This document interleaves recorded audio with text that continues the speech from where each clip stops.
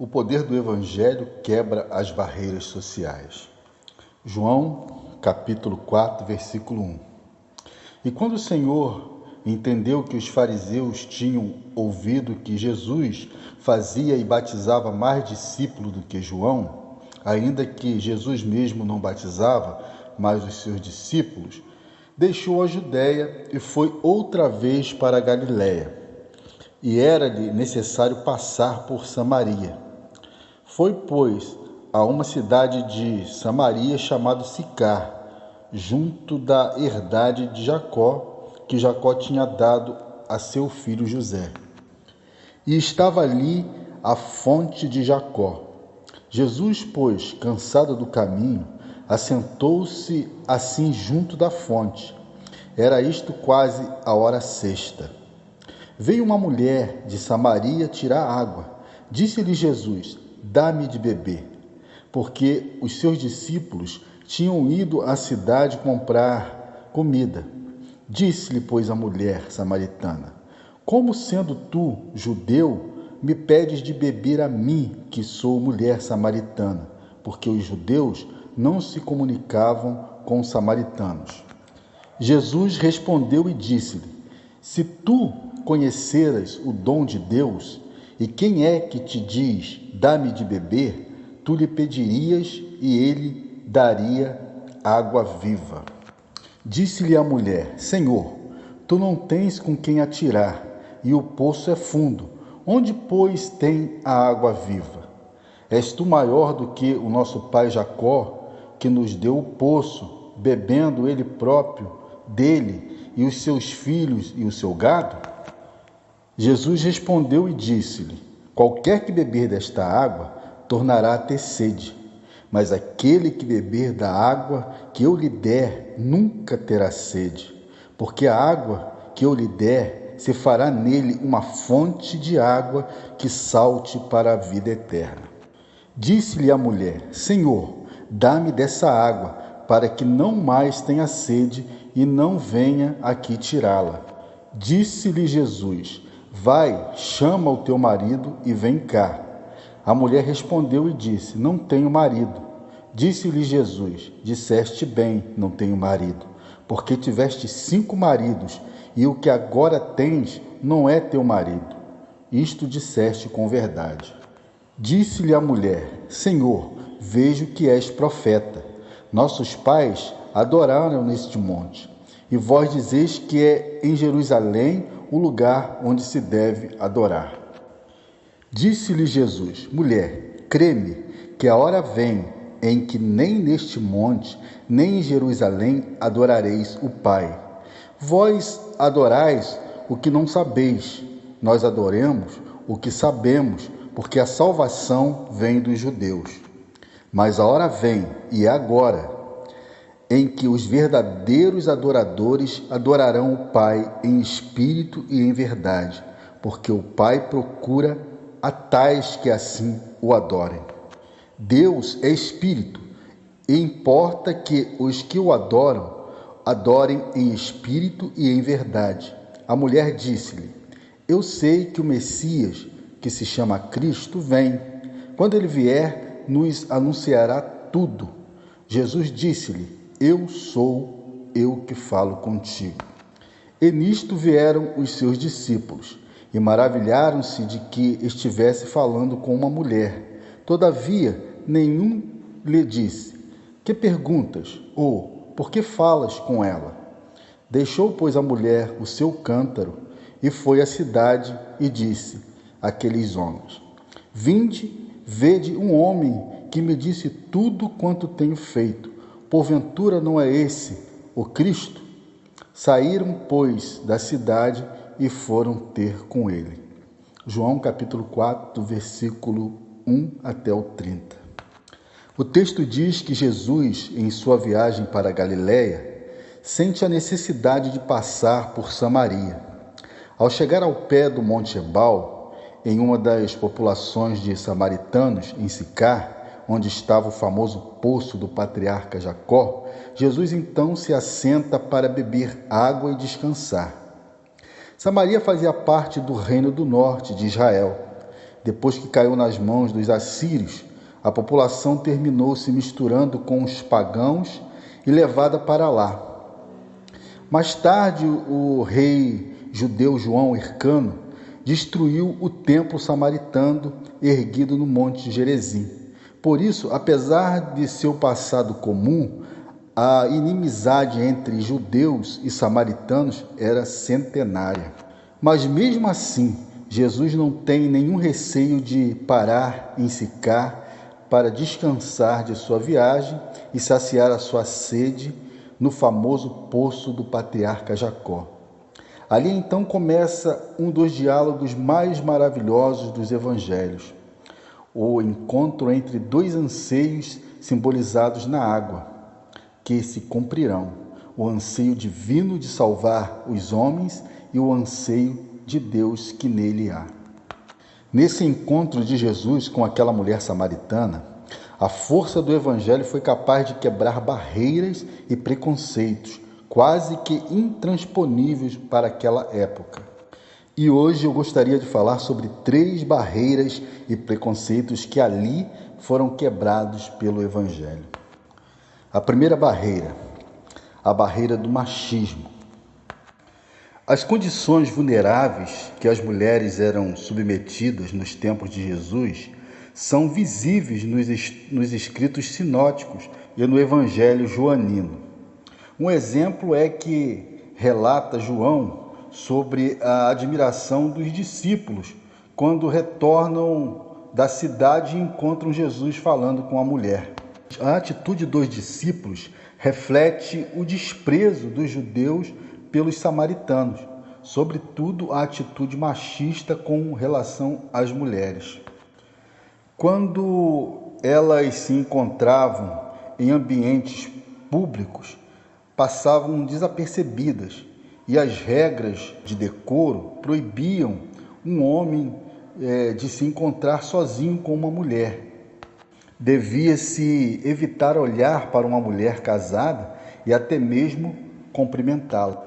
No diálogo com a mulher samaritana, a iniciativa partiu de Jesus. Com certeza uma postura que não seria da mulher. Ela tinha ciência de sua inferioridade social e das barreiras que a impediam de interagir espontaneamente. A mulher, entre os judeus, era não mais que um objeto pertencente ao marido, como seus servidores, suas edificações e demais posses legais. Ela devia ao esposo total lealdade, mas por princípio era considerada como naturalmente infiel, desvirtuada e falsa. Por esta razão, sua palavra diante de um juiz não tinha praticamente valor algum. Embora ela fosse obrigada a ser fiel ao matrimônio, o marido não tinha os mesmos deveres matrimoniais. Além de tudo, ele podia rejeitá-la por qualquer motivo, mesmo que legalmente não pudesse negociá-la como qualquer outra propriedade. Dificilmente a esposa poderia, por iniciativa própria, se desligar do casamento. Uma mulher envolta em laços conjugais não podia jamais ser contemplada por outro homem, ou por ele ser abordada, mesmo que fosse para uma simples saudação. No interior da sociedade judaica, ela ocupava uma posição bem inferior à do homem. Até na esfera espiritual, a mulher era considerada desigual e para ela estava reservado um local à parte no templo, assim como era obrigada a caminhar na rua distante dos homens. Mas o Evangelho não é preconceituoso, nem ideológico. O Evangelho quebra as barreiras sociais. Não discrimina uns em detrimento a outros, mas tratam a todos como seres humanos, carentes, dependentes da graça de Deus. A segunda barreira é a barreira racial. Conforme nos declara o verso 9 desse capítulo, podemos perceber que havia um certo preconceito entre os judeus e samaritanos. Para os judeus, os samaritanos não eram dignos de ser chamados filhos de Jacó. Era uma raça mestiça, impura e pagã, e que muitas vezes eram tratados com apelidos pejorativos, como, por exemplo, cães. Mas quem eram os samaritanos? Após a morte do rei Salomão, cerca de 900 anos antes de Cristo, o seu filho Roboão e Jeroboão se desentenderam e dividiram o povo judeu em 2 reinos. 10 tribos ficaram no reino do norte do país, sob o reinado de Jeroboão, com a capital em Samaria. E 2 tribos, Judá e Benjamim, ficaram no sul, sob o reinado de Roboão, filho de Salomão, com capital em Jerusalém. No ano de 722 a.C., o reino de Samaria foi vencido pelo rei da Síria, e o povo foi levado para a Síria em cativeiro. Durante esse tempo, povos pagãos, não judeus, vieram para a Samaria, e houve muitos casamentos mistos de judeus que permaneceram em Samaria com pessoas pagãs. Isto era proibido pela lei de Moisés. Por isso, o povo de Jerusalém, chamado de judeu, odiavam os samaritanos. Não os consideravam mais judeus por terem se misturado com povos não judeus. O diálogo entre Jesus e a mulher samaritana é revelador em diversos aspectos, principalmente para compreendermos as diferenças históricas entre judeus e samaritanos. Percebam que a fala da mulher samaritana nos revela que eles adoravam em Gerezim, conforme uma tradição de seus antepassados, ou seja, conforme uma história construída ao longo dos séculos de uma vivência de fé com base numa estrutura religiosa organizada. Tais estruturas possuem seus elementos fundamentais: o templo, em Gerezim, os sacerdotes e o texto sagrado, o Pentateuco, que nós conhecemos como Pentateuco samaritano. Os samaritanos não seguiam todos os textos do Antigo Testamento, mas somente o Pentateuco, que é muito similar ao Pentateuco que conhecemos, mas que possuem algumas diferenças entre eles. A maioria é de caráter ortográfico e oral, mas nenhuma delas afeta o significado do texto. Em certa medida, o texto massorético, que é a base do Pentateuco como o conhecemos, difere da fonte samaritana, que é mais parecida com a fonte da Septuaginta.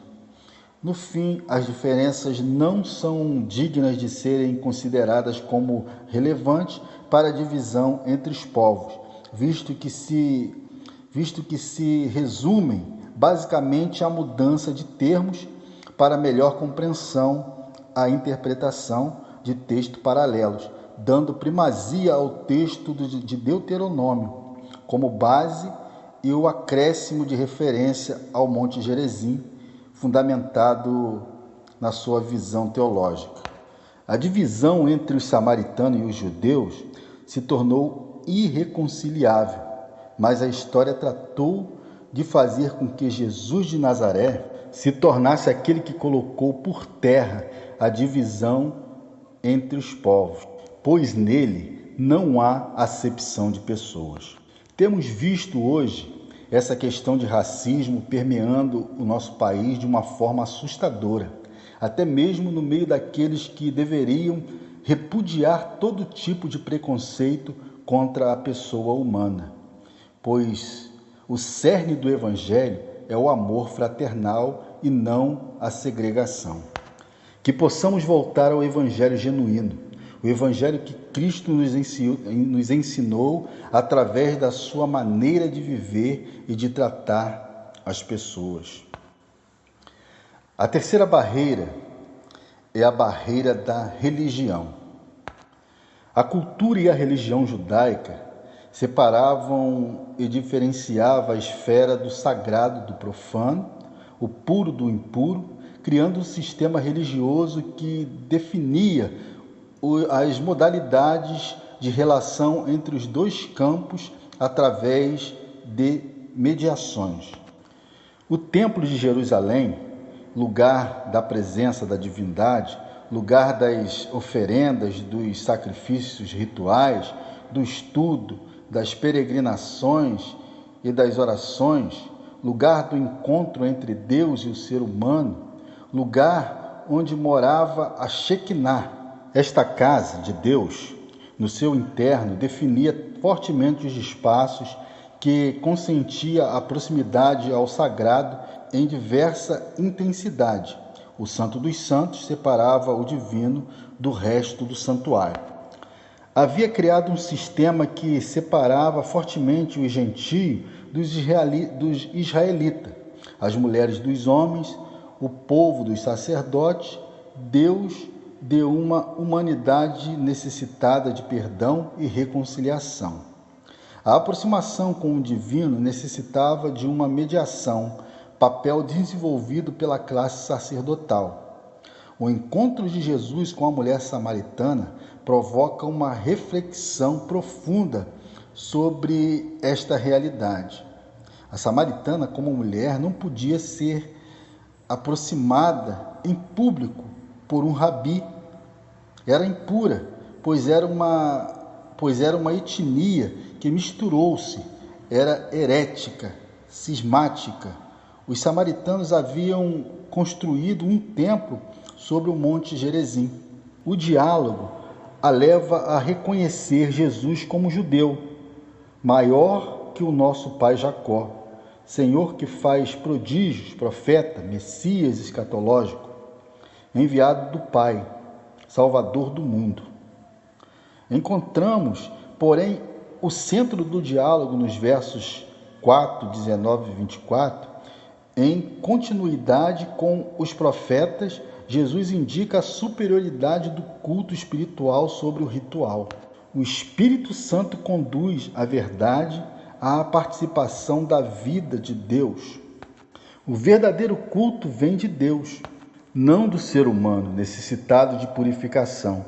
Por isso não precisa de mediação nem do templo, nem do culto, nem do sacrifício, nem do sacerdote. Não precisa mais do homem, sacerdote que tem pureza legal, que oferece sacrifício para ter o perdão. Deus mesmo se oferece para que as pessoas santificadas e libertadas pelo seu amor comuniquem vida. Pois não há judeu nem grego, escravo ou livre, homem ou mulher, porque todos vós sois um em Cristo Jesus. E se sois de Cristo, então sois descendência de Abraão e plenos herdeiros de acordo com a promessa. A narração conclui-se com a samaritana entre o estupor dos discípulos que não compreendem, porque Jesus fala com uma mulher. A mulher compreendeu, correu à cidade a anunciar, e muitos acreditaram nele e na palavra da mulher. Abandonou o cântaro, bebeu e deu de beber. Não precisa mais do cântaro, dela jorra água viva. O cântaro simboliza a religião, onde de tempo em tempo o homem ou a mulher precisa voltar ao poço para saciar a sua sede. Mas Jesus é a água viva que desceu do céu. Quem bebe dessa água nunca mais tornará a ter sede, pois em seu interior a sua sede foi saciada para sempre.